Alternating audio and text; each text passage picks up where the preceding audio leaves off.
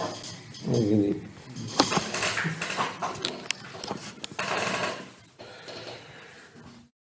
अस्सलाम वालेकुम। आज हम पढ़ेंगे ऑटो रिफ्लेक्टिव एनालाइजर के बारे में। इसकी इसका जो पर्पस है वो है रिफ्रैक्शन से रिलेटेड एनालिसिस करके देगा, और उसमें कुछ डिजीज़ हैं। सबसे पहले उसकी इंटरप्रिटेशन पढ़ लेंगे ताकि जब हम समझ जाएंगे डिजीज़ की इंटरप्रिटेशन को, तो फिर ऑटो रिफ्रैक्टिव एनालाइजर के ऑपरेशन को समझना, उसकी रिपोर्ट को समझना इजी हो जाएगा हमारे लिए। एडॉप्टिका का ये ब्रांड है to win, made in Italy है। तो स्टार्ट करते हैं।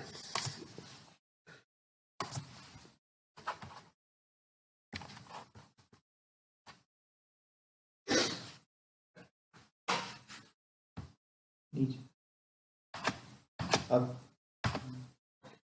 Things to remember.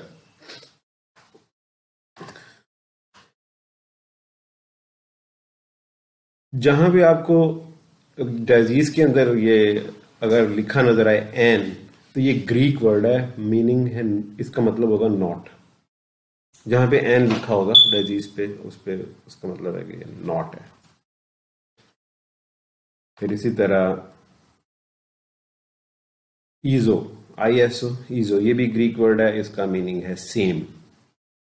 ये आपने याद कर लेने हैं, मतलब कि इसको, वो एक लैंग्वेज है जिसको आपको याद करनी पड़ेगी। Iso means same, an means not.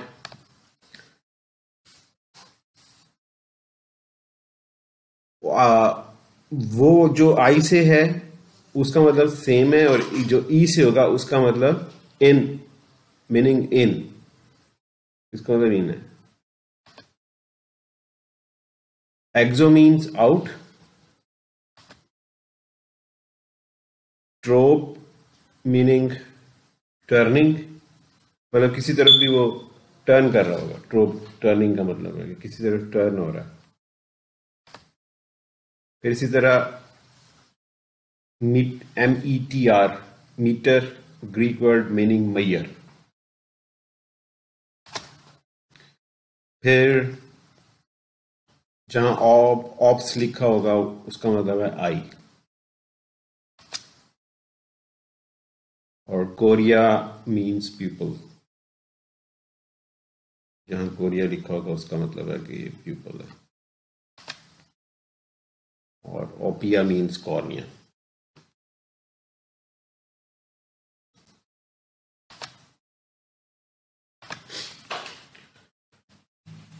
अब हेट्रोफोरिया वर्सेस हेट्रोट्रोपिया, ये एक टर्मिनोलॉजी है जो डिजीज में, मतलब ये एनालिसिस में, जो रिफ्रैक्टिव एनालिसिस है उसमें ये टर्मिनोलॉजी यूज होती है। हेट्रोफोरिया, हेट्रोट्रोपिया, इसका आपस में क्या डिफरेंस क्या है?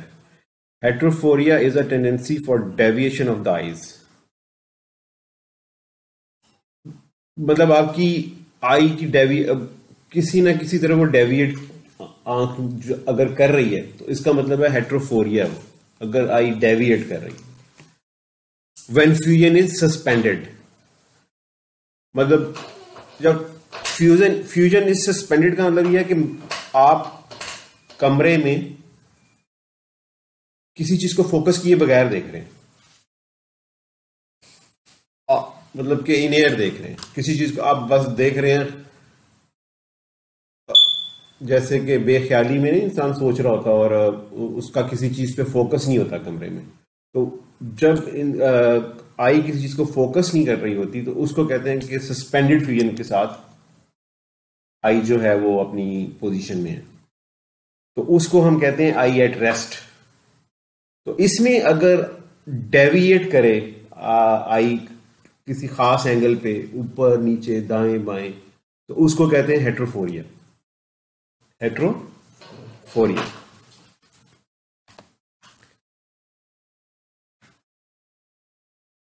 और हेट्रोट्रोपिया ये है कि is a tendency for deviation of the eyes either at rest or vision is not suspended. ये वो टेंडेंसी है कि भले आप फोकस कर रहे हैं या फोकस नहीं कर रहे, आई को आई डेविएट करेगी। वह एक मसला ये आता है कि अगर मैं आई को फोकस करवा के रखता हूं तो मेरी दोनों आंखें सीधी हैं, इसको कहते हैं। लेकिन जैसे ही मैं फोकस नहीं करता तो एक आंख कुदरती तौर पे या दोनों आंखें कुदरती तौर पे सेंटर से डेविएट कर जाती हैं, किसी और पोजीशन में टिल्ट कर जाती हैं। लेकिन जैसे ही फोकस करूंगा दोनों सेंटर में हो जाएंगी। इसको कहेंगे हेट्रोफोरिया। और हेट्रोट्रोपिया ये है कि भले मैं फोकस करूं या ना करूं, मेरी आईज डेविएट एक खास एंगल पे रहेंगी। तो ये है डिफरेंस हेट्रोफोरिया और हेट्रोट्रोपिया का। एक्सोट्रोपिया है, जैसे पिक्चर से एक्सो का मीनिंग क्या लिखवाया था? आउट। अब ये देखें कि ये एक आंख जो है ये टेम्पोरल साइड पे, मतलब टेम्पोरली उस तरफ देख रही है, डेविएट की हुई है। इसको कहते हैं एक्सोट्रोपिया। एक्सो आउट, ट्रोपिया क्या? टर्निंग। ट्रोपिया इज टर्निंग, ठीक है। तो ये टर्न कर गई। एक्सो किस तरफ टर्न की? Outside. Exotropia of right eye specialty ophthalmology. Exotropia is a form of strabismus where the eyes are deviated outward. It is the opposite of esotropia and usually involves more severe axis deviation than exophoria. Exotropia और exophoria में axis की deviation severe होगी। Okay. Exotropia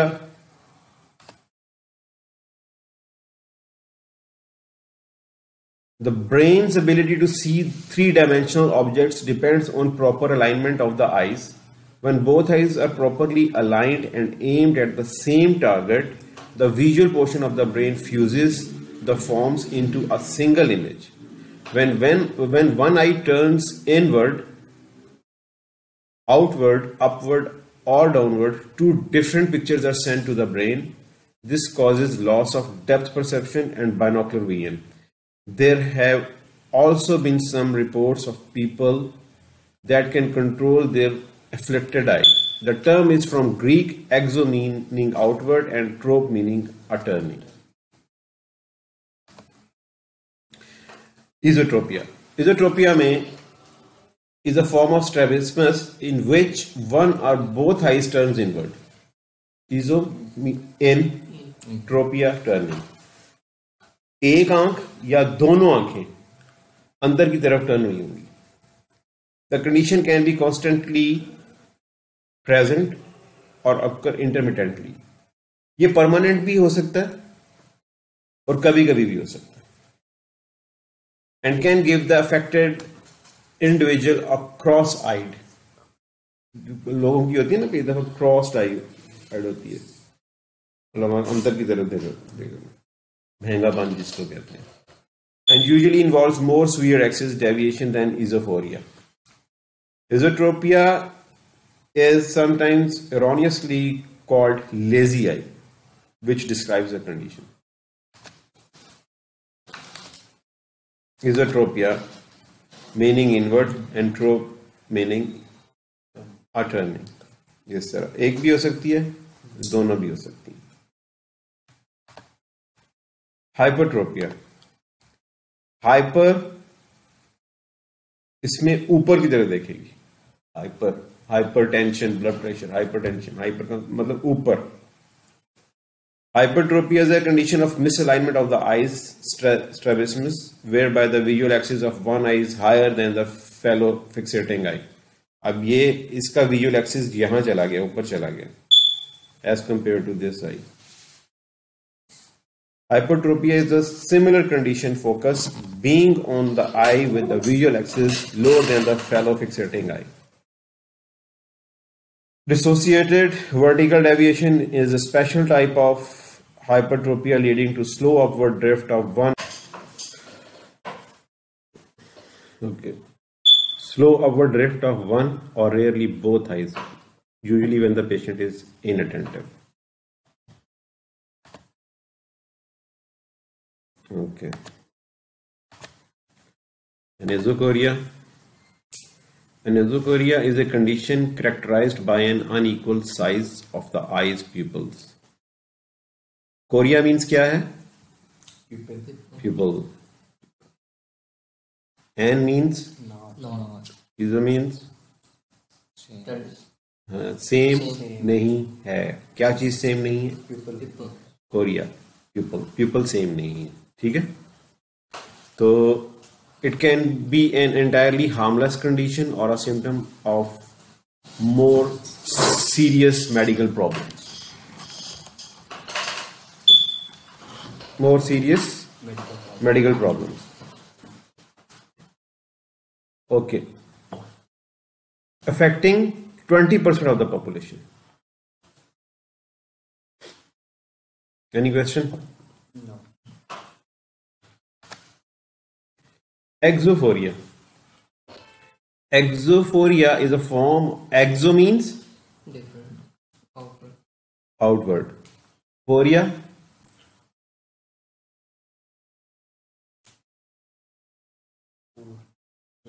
Turning.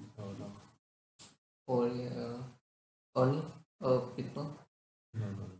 Exophoria is a form of heterophoria in which there is a tendency of the eyes to deviate outward during examination. When the eyes are dissociated, the visual axis will appear to diverge away from one another. Visual axis कभी भी same नहीं होगा इनका ना exophoria में.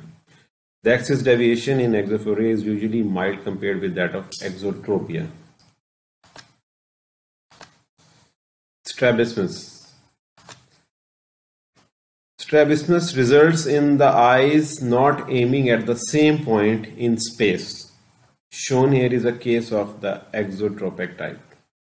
Exo थोड़ा सा ये बाहर देख रही है कि ये जो लेफ्ट आई है ना ये थोड़ा सा इसकी टेंडेंसी एक्सो है बाहर आउटवर्ड. तो स्ट्रैबिस्मस क्या हुआ कि आपका जब आप स्पेस में देख रहे हो तो वो एक आई जो है वो थोड़ी सी उसकी जो है ना टेंडेंसी रहेगी in the eyes not aiming at the same point in space.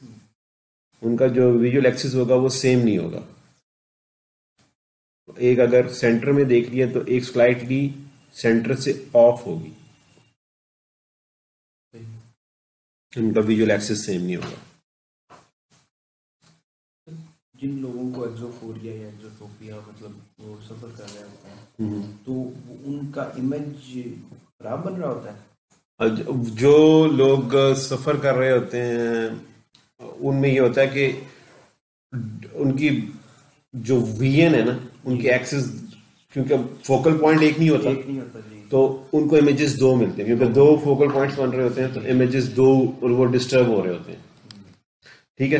तो इसी वजह से अगर आप इसको यहाँ से अगर अपनी आंख को यूं दबाएं तो आपको दो इमेजेस मिलेंगे ये चेक करने के लिए कि आपने अपना फोकल पॉइंट जो था आपने यहाँ से दबाया. अब मैंने एक आई का फोकल पॉइंट डिस्टर्ब किया तो मुझे वो डिस्टरबेंस की वजह से मुझे इस आई का अलहदा जिसका फोकल पॉइंट बन रहा है कहीं और इसको छेड़ने से वो उस एंगल पे मुझे इमेज मिलेगा और दूसरा जिसका फोकल पॉइंट जहां बन रहा है उसका इमेज वो ज्यादा दिखाएगी. तो मुझे दो इमेजेस नजर आएंगे.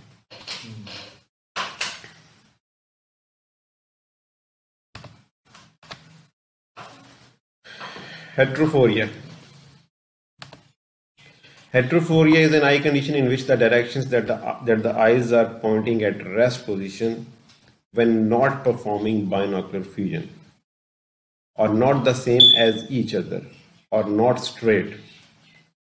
There can be esophoria where the eyes tend to cross inward in the absence of fusion. Absence of fusion क्या है? जब हम फोकस नहीं कर रहे. Exophoria in which they diverge, or hyperphoria in which one eye points up or down relative to the other. Phorias are known as latent squint, because the tendency of the eyes to deviate is kept latent by fusion. 4 years, जहां 4 years है ना वहां समझे कि स्क्वेंट है, तो मतलब एक आई का दूसरी आई से डिफरेंस आपको मिलेगा जहां 4 years आ गए. हाँ, Anisometropia. An means not, iso means meter, measuring, ops mean eye. In certain, तो इसका मतलब क्या हुआ फिर कि एन नहीं है, इजो सेम एक जैसा, मीटर मेजरमेंट, ऑप आंख की मेजरमेंट एक जैसी नहीं है. ठीक है. In certain types of anisometropia, the visual cortex of the brain will not use both eyes together. इसमें विजुअल जो एक्सिस है उसमें ब्रेन जो है वो दोनों आंखों का टुगेदर बाइनोकुलर विजन नहीं ट्रीट करता है जैसा, and will instead suppress the central vision of one of the eyes. If this occurs often enough during the first 10 years of life, while the visual cortex is developing, it can result in amblyopia, a condition where even when correcting the refractive error properly, the person's vision in the affected eye is still not correctable to 20/20. amblyopia इसे कहते हैं कि आपकी refraction की भी आपको prescribe भी किया चश्मा, लेकिन इसके बावजूद भी आपको क्लियर नजर नहीं आता, डिफरेंस रहता है, मतलब 20/20 विजन नहीं रहती. ठीक है, 20/20 या 6/6, मतलब 6 ओके. ये जो हम टर्मिनोलॉजी यूज करते हैं ना 6/6, ये इसलिए है कि इसका मतलब क्या होता है मेडिकली इसका मतलब ये लिया जाता है, मतलब कि एक मैं जनरल आपको एक बता रहा हूं, इसमें मतलब ये लिया जाता है कि 6 मीटर पे 6 मीटर का डिस्टेंस हो और जो रीडिंग चल रही है, जो एक हेल्दी आई पढ़ सकती है, एक हेल्दी आई, उसको कोई ग्लासेस नहीं लगे हुए, कोई रिफ्रैक्टिव उसका कोई सफियर या सिलेंड्रिकल कोई नहीं है, उसमें प्रॉब्लम नहीं है, तो हेल्दी आई 6 मीटर पे जो पढ़ रही है, क्या आप या वो पेशेंट कहलाएगा, वो आई पेशेंट कहलाएगी जो कि ना पढ़ सके 6 मीटर पे. मतलब 6 मीटर पे हेल्दी पेशेंट है, वो फॉर एग्जांपल 6 का फॉन्ट पढ़ रहा है, 6 का फॉन्ट पढ़, एग्जांपल दे रहा हूं. अब दूसरा एक बंदा आया, वो कहता है जी कि वो डिस्टेंस वही है, फॉन्ट भी वही है 6 का, लेकिन वो कहता है जी कि मुझे ये नहीं पढ़ा जा रहा, तो हम फॉन्ट को बड़ा करेंगे, 7 का कर देंगे, 8 का कर देंगे, तो एक वक्त आएगा कि आप मुझे पढ़ा जा रहा है. फॉर एग्जाम्पल अगर वो 8 का फॉन्ट पढ़ रहा है, तो अब उसको क्या कहेंगे, 6/6 विजन नहीं कहेंगे, उसे कहेंगे 6/8. कि 6 मीटर पे जो इसने पढ़ा वो 8 का फॉन्ट पढ़ा, मतलब कि हेल्दी आई 6 का पढ़ रही थी, वो 8 का पढ़ रहा है. ये है 6/6, 6/12, 6 इस तरह वो डिफरेंस है. 6 जो है वो डिफरेंस, वो डिस्टेंस है, और उसके बाद उसको साइज जो है. बिल्कुल. ओके, तो एम्ब्लोपिया क्या हो गया, वो ये है कि आपकी विजन करेक्ट करने के बावजूद करेक्ट ना हो.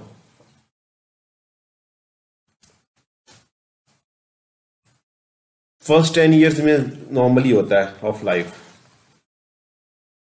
जो कॉर्टेक्स होता है ना वो डेवलप हो रहा होता है कई आइज में. ये वो एक स्टेज है जिसको, एक कंडीशन है जिसको एम्ब्लोपिया कहते हैं. The name is from 4 Greek components, वो आपको पहले भी बता दिया. एन नॉट है, इजो सेम है, मीटर मेजर है, ऑप्स आई है. An estimated 6% of subjects aged 6 to 18 have anisometropia.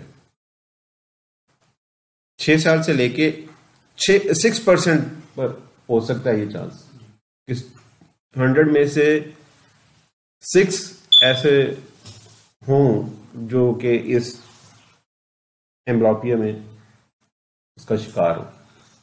ठीक है.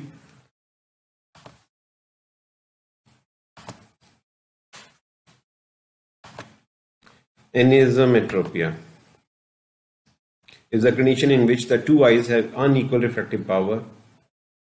Each eye can be nearsighted myopia, farsighted hyperopia, or a combination of both, which is called antimetropia. Generally, a difference in power of two diopters or more threshold to label the condition anisometropia. समझ आई anisometropia का? And not iso same meter measurement opia eye के दोनों आंखों की measurement एक जैसी नहीं है, ठीक है, रिफ्रैक्टिव पावर की, ठीक है। अब नियर साइटेड होगा अगर उसकी each eye can be near sighted को हम मायोपिया कहेंगे, फार साइटेड को हम हाइप्रोपिया कहेंगे, ठीक है। मायोपिक आई, हाइप्रोपिक आई।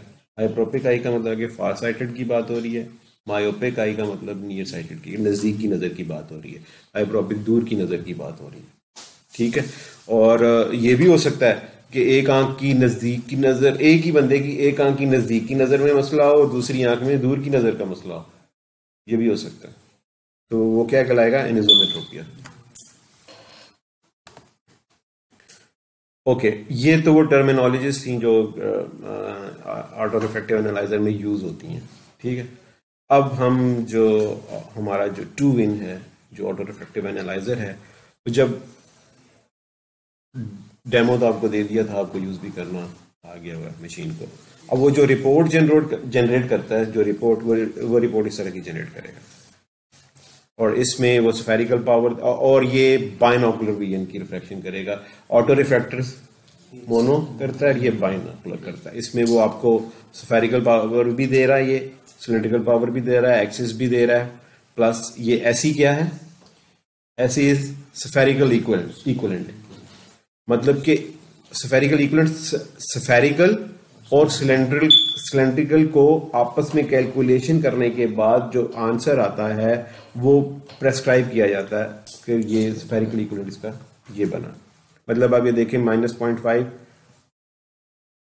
और 0, तो ये 0.5 उसने माइनस में दे दिया। रिलायबिलिटी इंडेक्स जो 8, मतलब कि आपकी जो सिग्नल स्ट्रेंथ थी वो कितनी है। इसी तरह गेज आपका, क्यों आप जब मेजरमेंट हो रही थी तो आप क्या टारगेट की तरफ देख रहे थे या टारगेट से कितना अवे देख रहे थे। और यहाँ पे बताया गया है कि ये 3.2 डिग्री है, मतलब ये सर्कल जो है, अगर सर्कल के अंदर ये ग्रीन डॉट्स बन रहे हैं तो दैट इज एक्सेप्टेबल, कि गेज आपकी ओके है।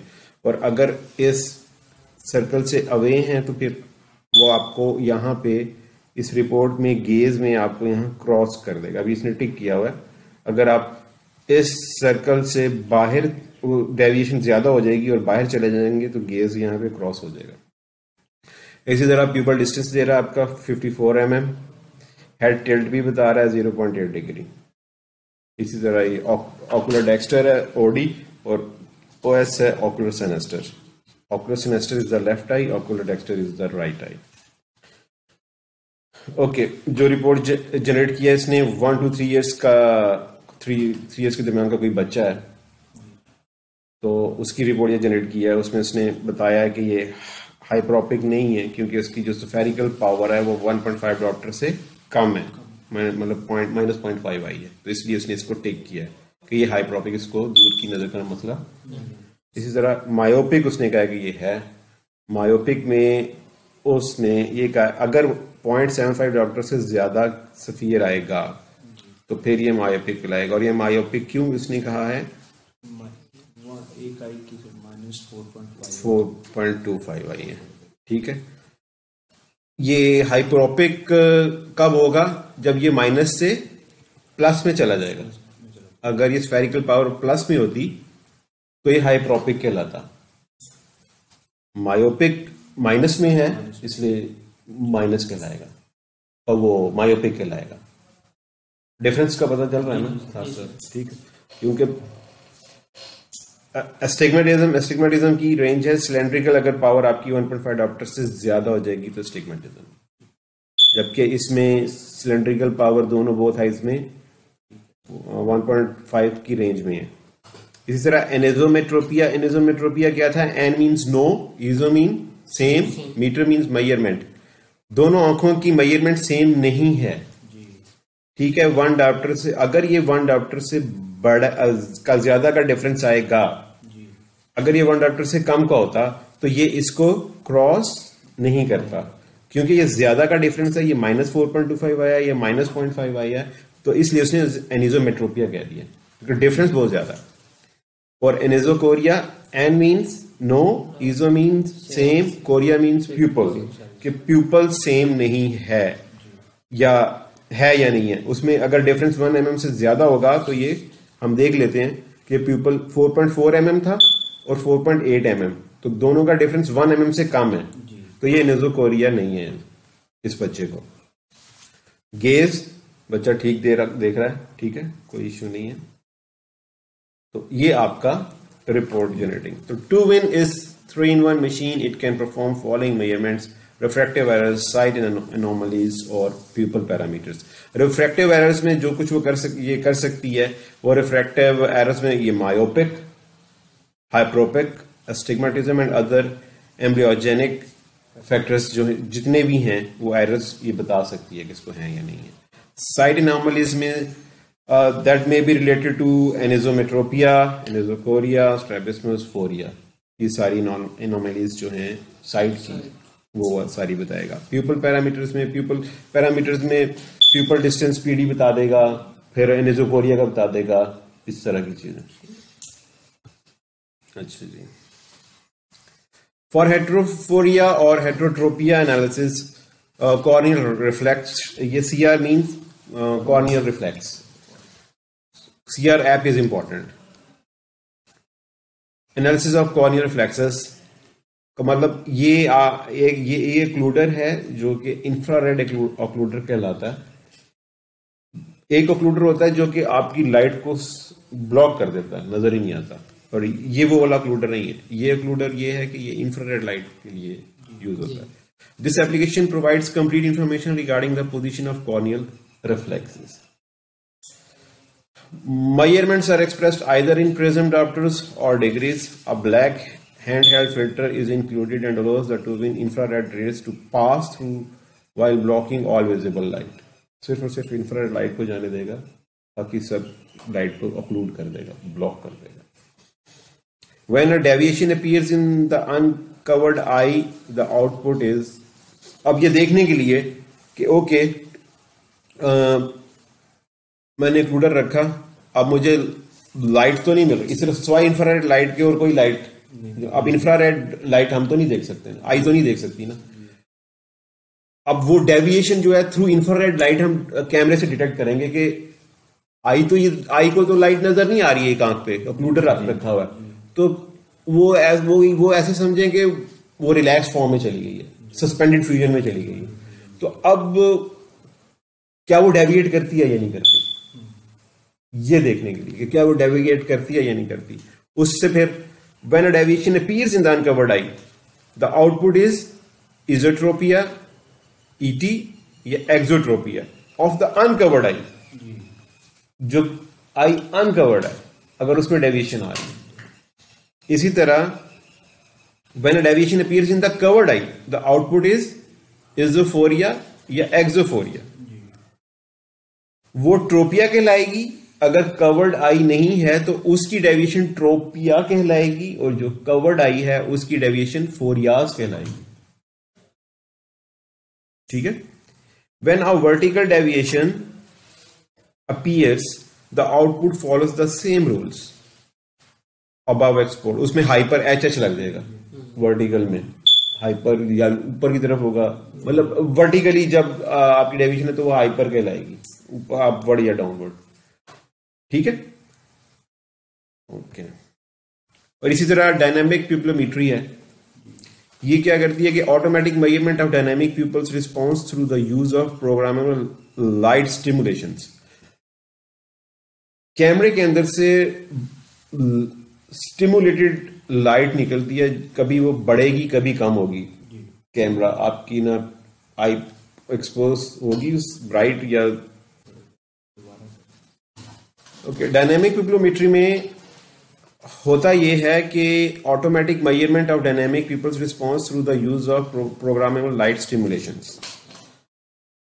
This function removes subjectivity from the pupillary evaluation and helps the detection of pupillary behavior. The dynamic pupillometry application can give information regarding pupils' response time, pupils' reaction time, positive and negative slopes of the pupils' response.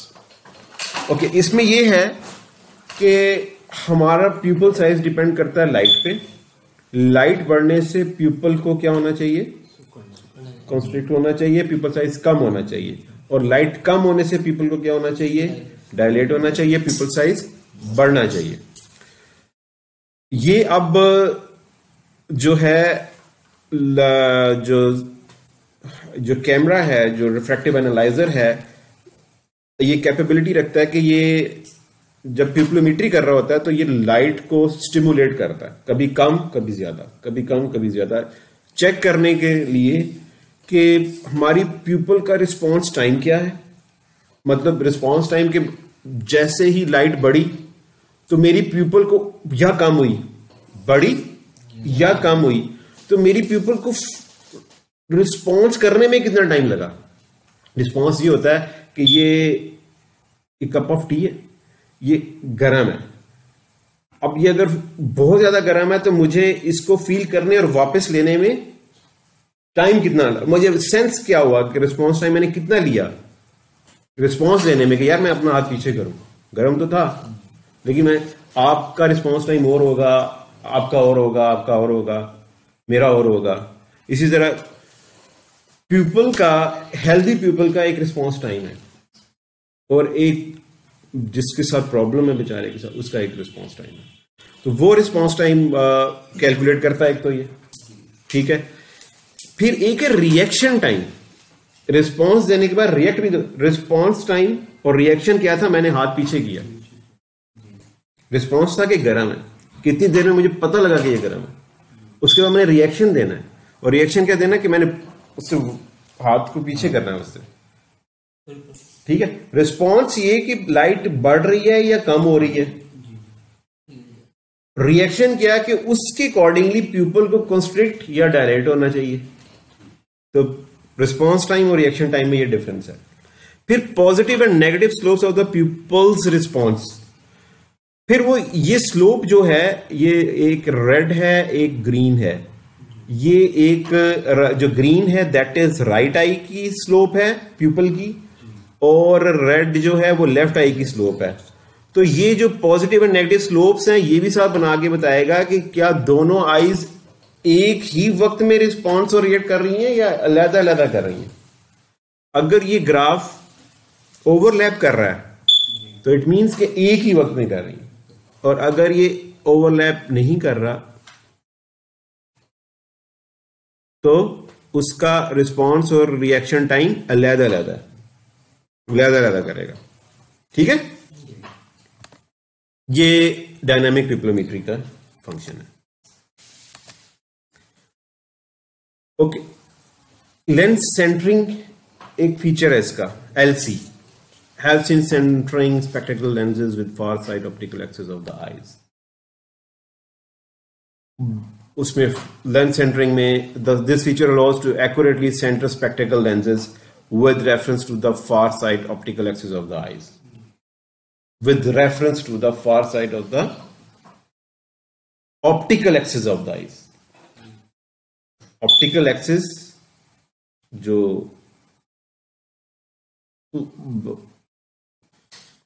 एक होता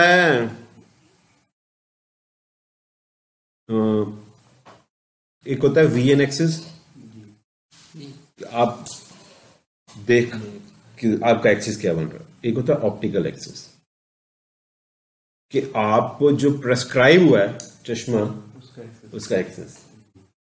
तो अगर optical axis और VN axis, आपको एक चश्मा बना दिया गया और आपका वो चश्मे का ऑप्टिकल एक्सिस और VN एक्सिस सेम नहीं है, तो हो सकता है आपको किसी खास एंगल से उस चश्मे में देखना पड़े.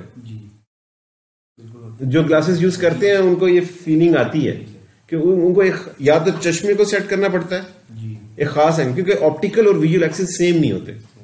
तो लेंस सेंटरिंग ऑन फ्रेम्स का मतलब ये है, देखिए ना, lens centering on frames, visual axis, optical axis help out करेगा, ठीक है। तो the lens centering application can give information about semi interpupillary distance, pupil distance बताएगा, ठीक है, और distance between the optic axis and the upper और lower limit of the frame.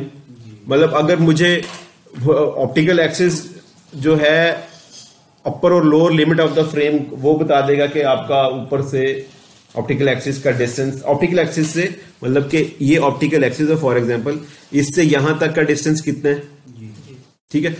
For example मेरा ऑप्टिकल एक्सिस यहां बना हुआ है, यहां अब मेरा विजुअल एक्सिस तो प्यूपल के दरमियान में होगा ना, डेफिनेटली प्यूपल के दरमियान में होगा। अब ऑप्टिकल एक्सिस मेरा यहां बना हुआ है, तो ये फौरन बता देगा कि आपका ऑप्टिकल एक्सिस जो है वो ऑफ जा रहा है विजुअल एक्सिस से। फिर distance between the optic axis and the upper और lower limit of the frame, फिर distance between the optic axis and the corresponding nose pad, यहां से ये नोज पैड है, ये स्टार्ट हो रहा है, इससे लेके ऑप्टिकल एक्सिस का डिस्टेंस ये भी बताएगा। तो ये काफी हेल्पफुल होता है फॉर ऑप्टिशियन जो ऑप्टिकल शॉप्स पे बैठे हैं उनके लिए काफी ये हेल्पफुल टूल है। Thank you.